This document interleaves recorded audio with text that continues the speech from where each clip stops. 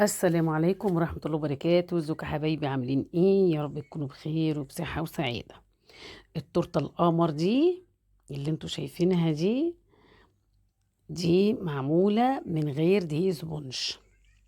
اه والله دقيق سبونج بقى كيلو ب75 جنيه وحرام يعني، فاحنا عملناه من غير دقيق سبونج وبقى اقل كمية بيض ممكنة، واديتك تورتة اسفنجية في منتهى الجمال. دول 4 بيضات حاطين عليهم فانيليا كويس. ده معلقة محسن كيك، معلقة بيكنج باودر، النشا ربع كوباية، كوباية سكر، ودول ربع كيلو دقيق. دقيق عادي. هنحط بسم الله الرحمن الرحيم 4 بيضات، هنحط نص كوباية المية، نحط كوباية السكر، معلقة البيكنج باودر، ربع كوباية النشا، وهنروح حاطين معلقة المحسن. من غير محسن الكيك ده الجيل مش هتنجح.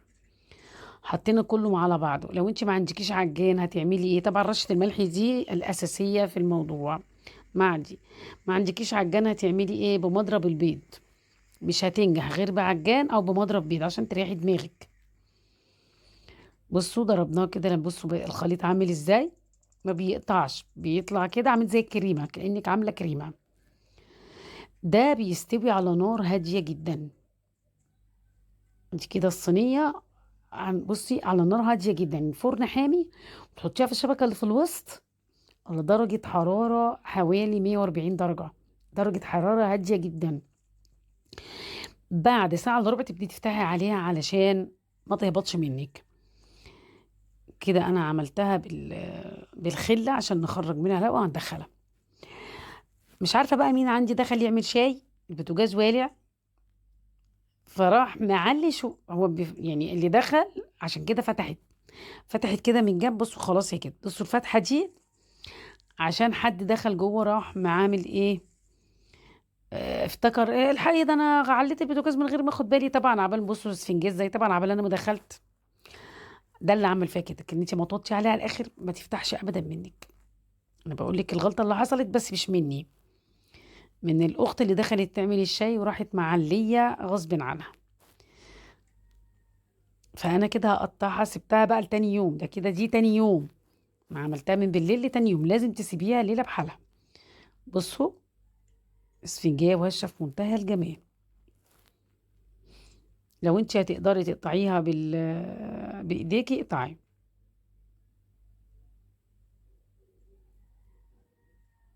ادي ال3 طبقات.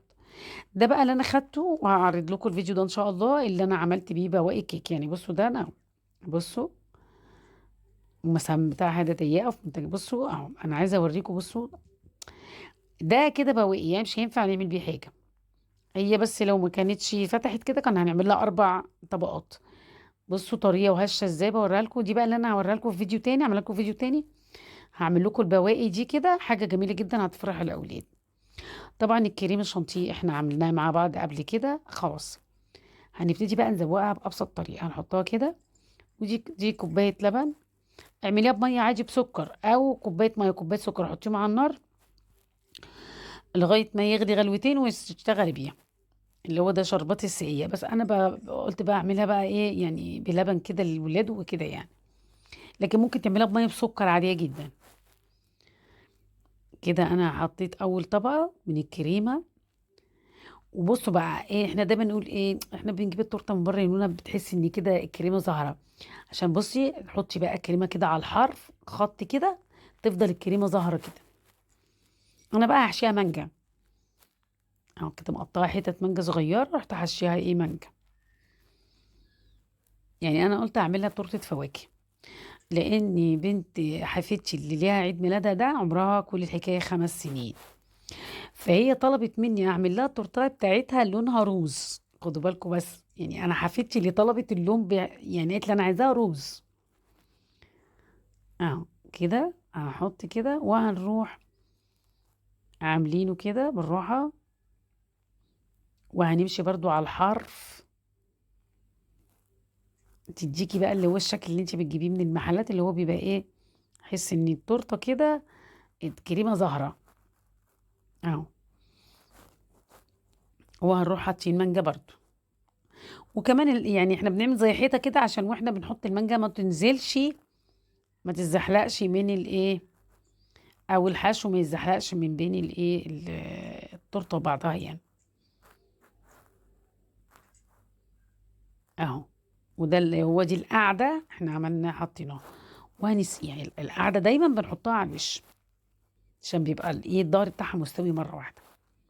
كده تمام تمام قوي. كده في المرحله دي احنا كده هندخلها التلاجة تشد شويه. مش هنشتغل في المرحله الاخرانيه دلوقتي، لا هندخلها التلاجة وتشد شويه.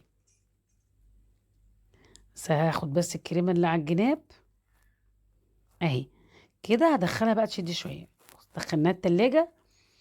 الكريم شانتيه بقى باي لون جيل، بلون جيل عادي جدا. رحت ملونه الكريم شانتيه، عملته لونه روز. الالوان الجيل اللي بتتباع عند اي حد بتاع مستلزمات حلواني اهو.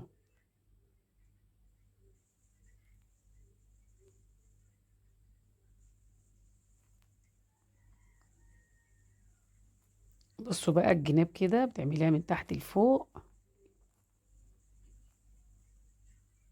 احنا مش هنجلس فوق قوي لان كده كده احنا هنحط هنحط عليها بالمشط بقى كده اللي هو بالسكرابر اللي هو مشرشر، وهنروح عامله خطوط كده بسيطه. ما عنديش السكراب المشرشر ينون بشوكه، اعمليها بشوكه. ووردات بقى لونها بامب كده. انا ليه مش مجلستش فوق كويس؟ لان كده كده انا هحط فواكه فمش محتاجه اجلسها قوي يعني. اي شكل بقى يعني، مش لازم تبقي محترفه على فكره عشان تعملي تورته. يعني انا مش محترفه فعادي. ده تفاح، قطعت تفاح كده طرنشات بسيطه، وبرص التفاح بنفس الطريقه كده. وبعدين المانجا.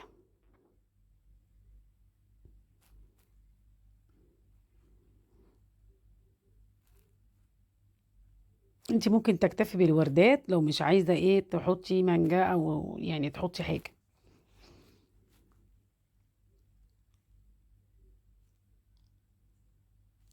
ملمع الجل بقى عشان ما تسودش.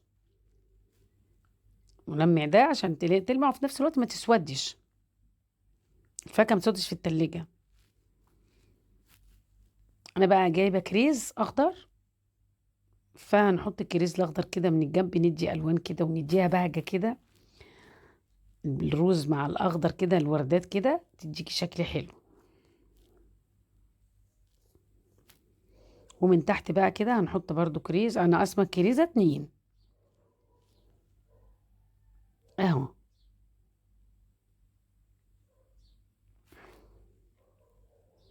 اي شكل بصوا هتديكي بمنتهى البساطه وطلعيها شكلها حلو